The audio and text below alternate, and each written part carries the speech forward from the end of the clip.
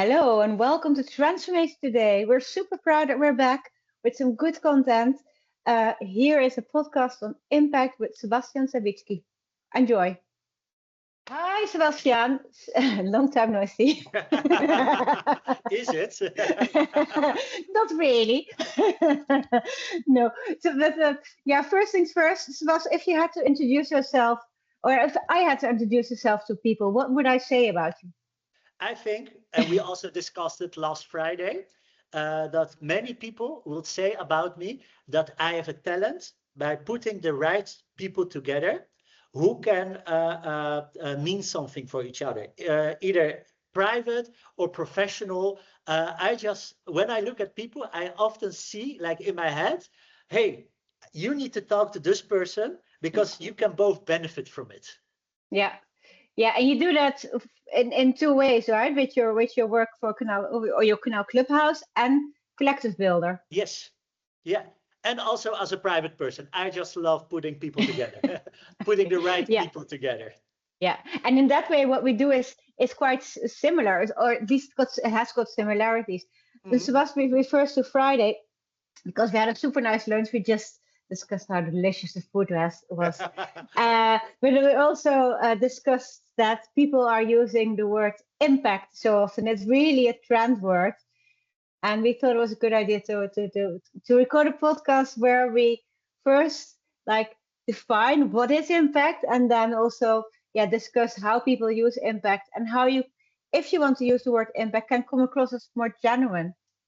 Yeah, definitely. But your question got me thinking, because this is how I assume people introduce me. But how do people introduce you?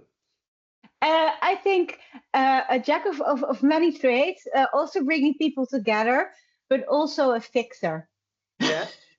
And it doesn't mean like I'm some kind of hitman or hitwoman somehow. Yeah. But I get stuff done. Yeah.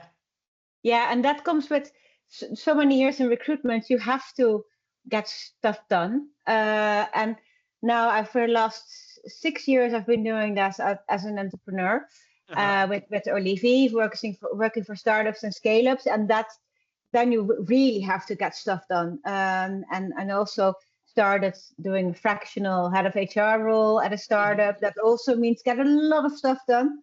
But yeah, I think that's how I would describe me. Yeah, and I definitely recognize it from how I know you, but also as fellow entrepreneur. Yeah, there is, if we don't do it, nobody else will do it for our enterprises. So getting stuff done and just do it are very important when you're an entrepreneur. And I also think in so many roles.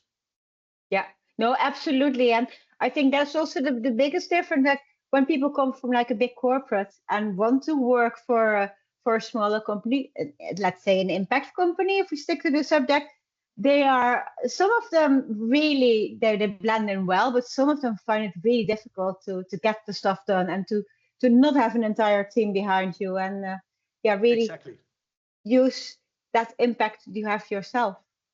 Yeah, the adjustments. And I think it's so funny that we're going to talk about impact, because it's such a buzzword nowadays. Do you recognize that? Yeah, no, absolutely. I'm working for an impact studio at the moment, and I advertise that role. And first of all, I got so many applicants, but also so many applicants that use the word impact a lot in their CV. And if you really look what they're doing, they work for a very traditional company like a bank or a big corporate, which also can have impact. But I think that's not really what we mean with impact. I'm curious. What definition do you have about impact? And because I know what definition I attach to it. Yeah, for myself, if it looked really, really personal, impact for me is like having and you get kind of positive and negative impact, but I'll go for positive impact. Yeah. But having a positive contribution to at least one person, changing at least one person's life or one animal's life. Yeah, yeah. Oh, then I think we have a similar definition to it, because what I saw in the recent months, and I think it started around 2 or 3 years ago, that people started to use word impact more and more. A couple of years ago, it was adding value. Everybody was talking about the value they add, and nowadays it's about creating impact. And when I think about impact, and I hear people talking about impact,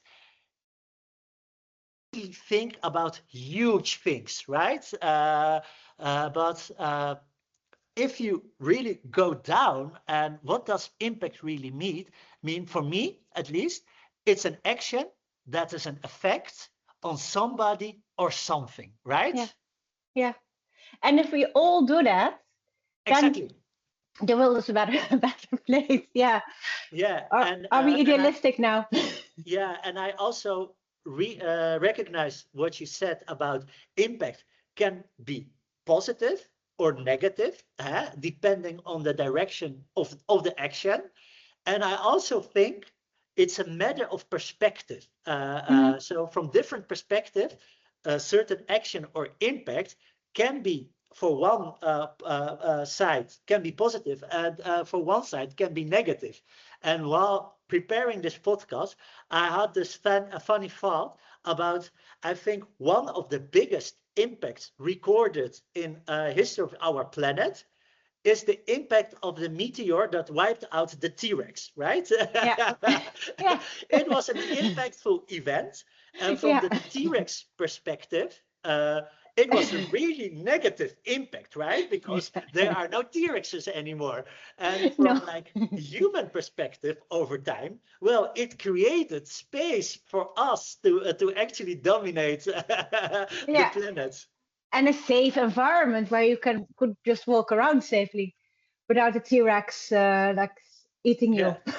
Yeah, but all jokes aside, I think a lot about impact. And what I really like is to have a certain framework in my head that helps me to structure my thoughts, and also to have a look. Hey, am I really making impact, or do I think I'm making impact? And for me, you can make, I gave it yesterday again a thought. I think you can make impact on 5 levels. And to start with, you can have an impact on yourself, right? By the choices you make. For example, am I going to work out or not? What food do I put in my mouth? But you can also have impact on your surroundings, so your friends, family, your neighbors, and if you go a level up, there are communities you are part of. I think of a fraternity, or together with other recruiters of heads of people. You can also be in a community, but also your gym. It can all be a community. And your neighborhood as well, right? You also, you live in Noord, I live in the Pijp, and I think Noord is still more close-knit than the Pijp changed a little bit, but it used to be like a really close-knit community. Yeah, and I love the villagey feeling of the part of Noord where I live, and also the village feeling of the location of Canal Clubhouse, because despite it's in a city center, it really feels like a village, which I really like. So, and after community, you have the society you can have impact on, and I think the planet, nature. And so for me, those are the 5 levels you can have an impact on. Do you recognize them? I do, but I also see people misusing impact and like using only the planet and big things, and forgetting about the small things. Is that something you see as well? Like, because they misbehave towards their family, for instance, and they are like greenwashing everything, and save the planet. Is impact washing a thing? I think so. I think so. Yeah, I actually, what I see and I think it's in line with all trends in the society, that it goes to the extremes and that the middle is becoming thinner and thinner. So what I see is many people, especially my age, I'm mid-30, in Amsterdam with good jobs, good salaries, taking really well care of themselves, taking care of their close ones, friends and family, and being worried about the society and the planet. So the extremes, and the middle one, actually the glue of our society, the communities, are is being forgotten. So it's either me, myself, and I, and my surrounding, or I'm going to change the world, and very big. But there is like no smaller middle ground. No. No, how would you call that? Is it like impact inflation? Is it only impact when it's like on big things, or has a big impact on yourself? I think I think there is perhaps I would be happy if we had impact inflation, because that means that everybody is setting the bar super high, and given the state of the society and of the planet, I think we cannot have enough impact at this moment. But I think people think they are making impact and confusing, for example, posting stuff on social media with really making impact. I think a great example is minority rights and female rights and equality, right? So many people in Amsterdam, especially in Amsterdam, they find it super important, and they often post stuff on social media, which is also only being seen by people who already share their opinion. But if there is, for example, a demonstration of a female rights march, then you don't see that many people. So no, because you organized, or no, you didn't organize the march, but you organized an event around that International Women's Day, right? Exactly. So what I thought is I find equality important. I see that the progression we made in the last 50 years is being at risk right now. So I need to start mobilizing people to actually make them aware, hey, you need to do something. If you find that important, put your money where your mouth is. And that means offering your Sunday morning to join the event. We had a really cool brunch event with inspirational speakers. For example, Juliette Broersen from Volt Amsterdam, the fraction leader from Volt Amsterdam, and Sanne, one of the partners at Ceder de Boer, and they really gave this power talk about how it is as a woman leader in the context. And afterward, we went all together to a march. So that was really cool. So if you want to make impact, it should show in real actions that you are doing. And I was curious because I know exactly couple of examples I can give when I feel there I really made impact. But looking back at your life and your professional career, do you have a couple of moments where you think there I really created impact? Yeah, I think the first one was that was during university. I was a tutor at a huiswerk institute. So kids used to come there, secondary school kids after school, and we used to help them with students, help them with their homework. And years later, I was out in, I think, still Zebra Lounge or some of the old school clubs when clubs were still a thing. And I ran into one of my former students, and she said, "Yeah, you really made me more secure about myself and my abilities as a woman to do like maths and economics, and that changed my life." And that is just a student job that you thought that was nothing, and that you immediately made an impact on a person, that probably also will have an impact. And if she has a daughter or gets a daughter, on her kids.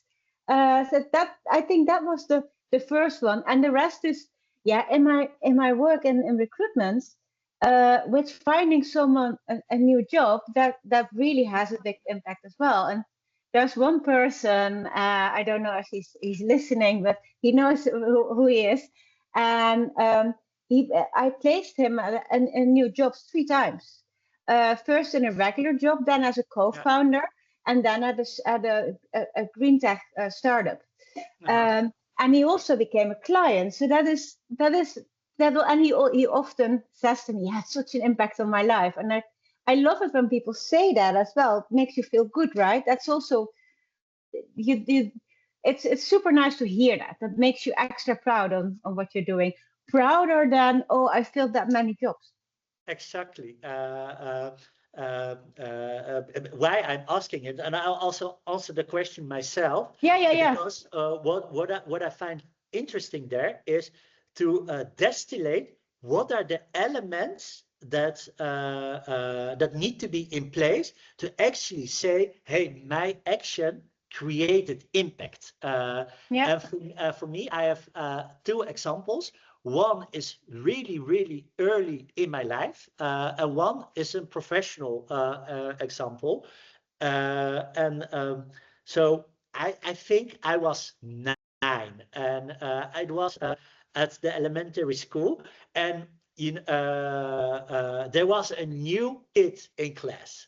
And from the movies and perhaps from your own experience, a new kid in the middle of school year in a new class, you feel silly as that kid. And I remember it so clearly. We were standing at the schoolyard, and we were all the classmates were aware that there was a new kid, but we were talking with each other, and the kids stood on their own. And I don't know why, but I just walked towards him, and I just said, "Hi, my name is Sebastian," and I introduced myself. And I remember so clearly, like the feeling of like, phew, on his face, or like, and he sat down the whole day next to me, and I think we were together in one class for a year or 1.5 years, and we really became friends of just this small action of shaking hands and saying, "Hi, my name is Sebastian. Who are you?" And the other example is I find it important to create as much opportunities, as many as possible opportunities for others, because I got lots of opportunities and people believing in me that eventually led to be able to sit in this chair and have this conversation.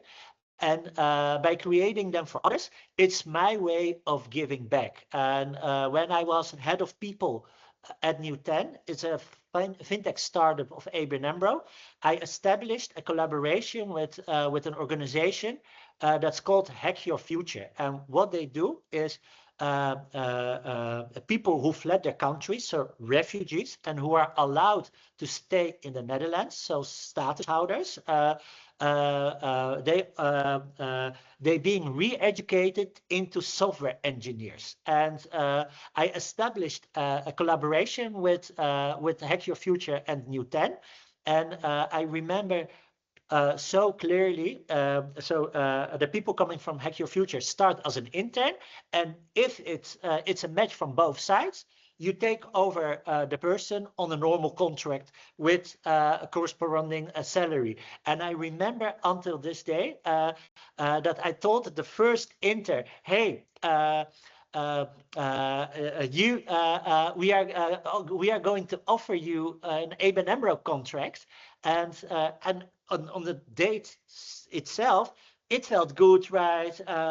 We found a great person, but it was a couple of years later when we were recording a video about how it is to work at New 10, that the person, the question was, what's your greatest memory of New 10? And the person turned to me and said, I don't know if you remember, but did had such an impact on me because I was this refugee guy in a rubber boat, heading to flee my home country. Was not able to finish my studies, and there you were established this opportunity, and also giving me opportunity to build like a comfortable future. And I thought, oh, this is exactly why I became head of people, to make such a difference to people. Yeah, yeah, I can imagine. If we now look back at the reality of a lot of people wanting to work in impact, what would you advise them to do or not to do when they want to come across like honest and genuine and not like someone who's impact washing? Yeah, I think it has to be authentic, and it has to match with who you are as a person. Have you ever heard about the Japanese concept of ikigai? Yes, but I do not know what it means. What it Yeah, means so anymore. I love Japanese philosophy because it's quite simple and it hits the right things. So ikigai, it's you can translate it as reason to get out of bed every morning, and it exists out of 4 elements. So find a job or something to do where you are good at, what you like, what Hmm. the world needs, and what you can get paid for. And Yeah, I think really going yeah, on those 4 elements,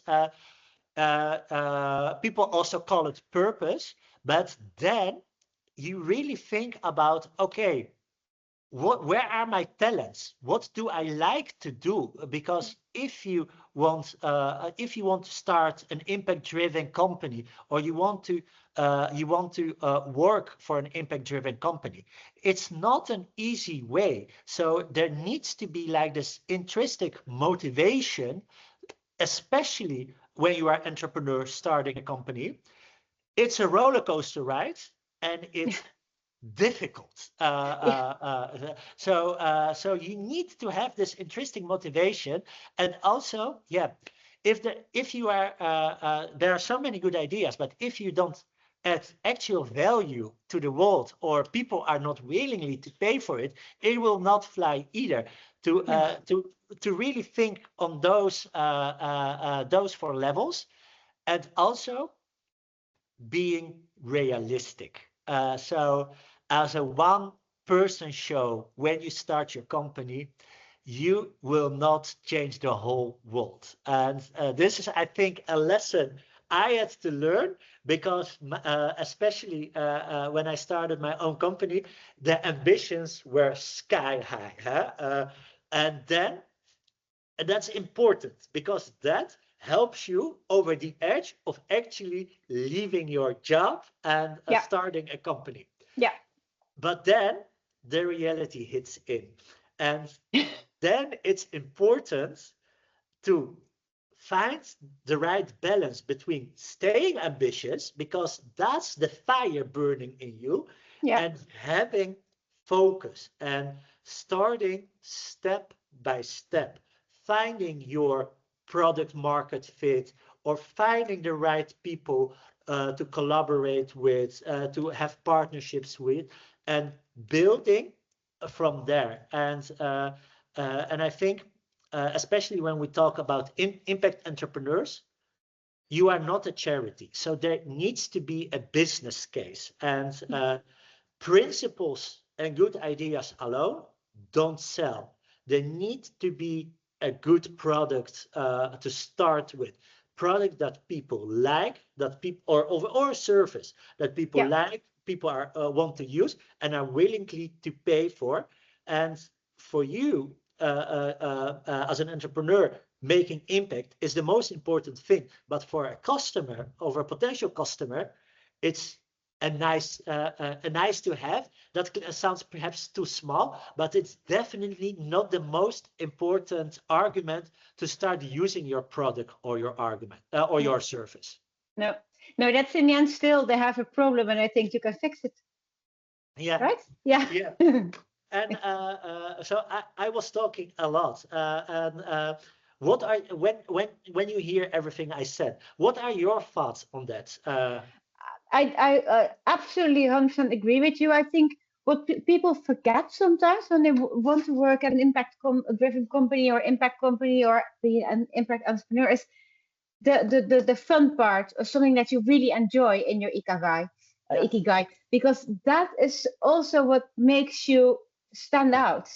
That is what makes you wake up every day and cycling to work. But you cycle, I walk, but full of like, yes, we're gonna do this, we're gonna rock this day. And that is something that people sometimes forget. They think it has to be grafting and it has to be a struggle, and it is a struggle. But if it's something that you enjoy, it doesn't feel like a struggle. Exactly.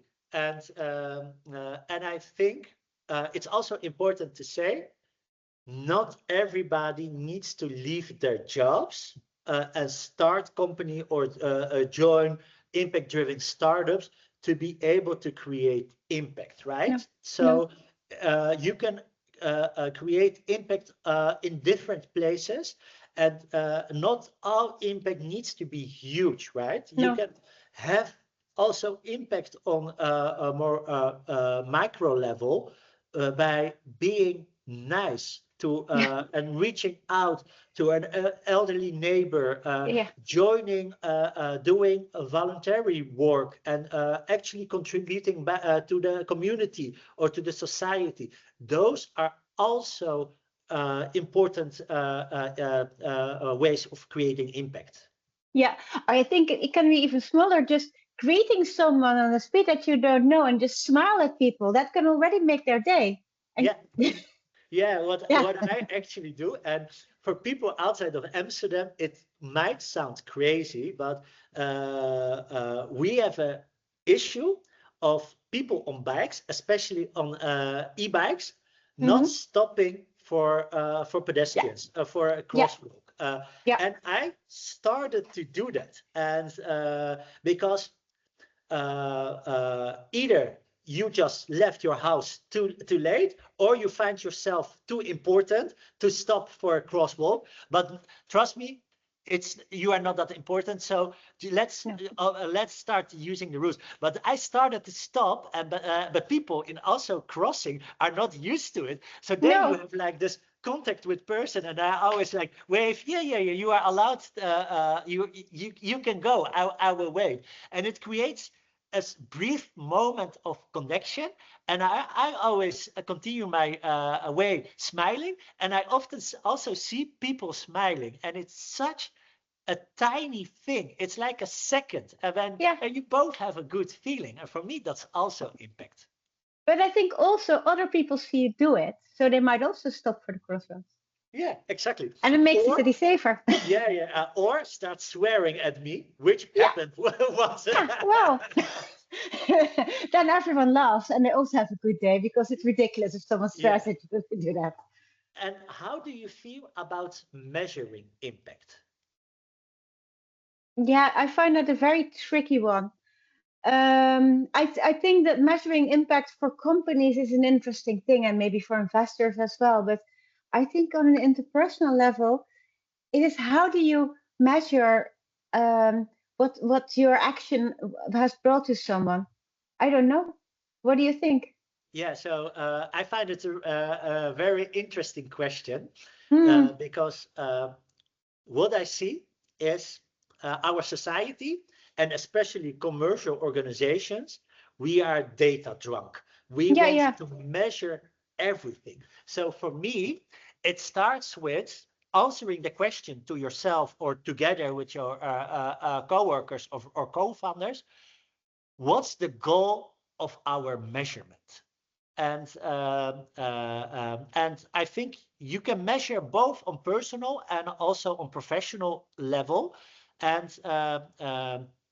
For me, it's to start with professional. It's am I on track? And so I selected a couple of things that matter the most, or metrics that matter the most, that I want to keep track of. One of them is I have a meeting and event space, and non-profit organizations get discount on the location cost, so 15%. And I in my bookkeeping software, I really see the number of euros that those company got discounted. That's really measurable, reportable impact. Agree. Yeah. So and I think for me it's also to report to my commercial customers, and I have a couple of big corporates and big organizations, and also saying to them, hey, I hope happy, and I hope that you had a good meeting at my place, at my venue. And by the way, you booking here contributed to those NGOs getting this amount of discount. So it works both ways, and on personal level, it's not about dashboards and numbers, right? But asking people you held high the question, like a conversation we are having right now. Hey, when did I had a positive impact on you, on your life? And perhaps also, when did I had a negative impact? And it's more to learn from it. And I think the connection always grows when you ask this honest questions. And perhaps there is something in one's behavior that one is not aware of, that actually creates negative impact on people. And by asking that question, you get an answer, and based on that answer you can decide, am I gonna do something with it, yes or no? Depending on how important you find that answer. And if you find it important, you will do it. Hopefully you'll do something with it. So okay, I think I could talk for hours about this, but the podcast only has like half an hour slot. So I really like to thank you for it. You had a positive impact, I think, on my day here. Like you lightened my mood, but I think also on some of the people that are listening. And I'm certain that we'll also come up with other podcast ideas as soon as we have lunch again. So let's do that soon. Yes, I love talking to you. Talk to you soon. Bye Bye.